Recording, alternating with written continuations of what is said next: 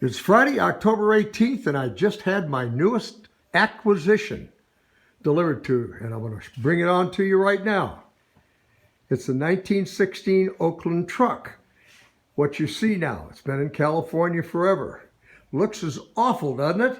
Well, when you're going to be able to watch as I restore this and turn it into a period race car. It's got some very interesting things. Look at the steering column in that. That's all brass.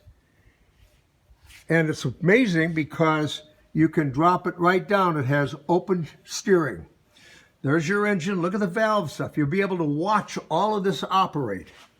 Now, the radiator is from about a 1930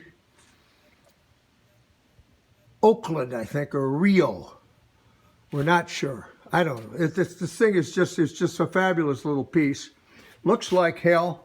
But that's all right. That's the way I like to find them. And now I'm going to save this and turn this into a work of mobile art. So you'll be able to follow while it gets restored.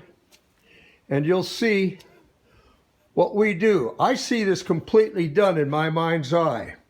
And I hope you'll enjoy watching this turn into a mobile work of art. Even have some bucket seats there for it that's been done. Look at this. Anyway, enjoy, just see what we do with things.